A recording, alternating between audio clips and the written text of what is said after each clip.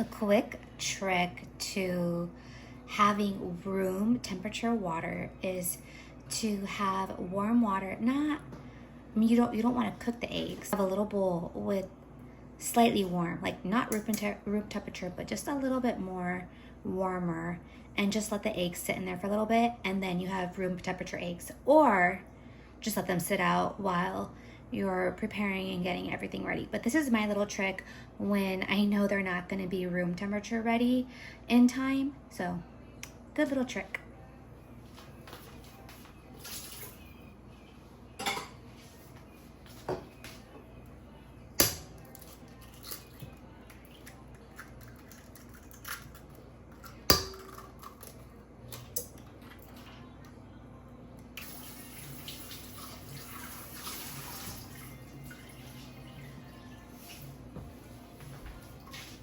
Also, if your KitchenAid stand mixer didn't come with the stainless steel version of this, mine came with the white one, but I've had it for a long time, and I switched to the stainless steel. This is on Amazon. I'll have it linked, and it's great. It's not the KitchenAid brand. It's a dupe, but it's like, I think it could have been like 20 bucks, $30 tops.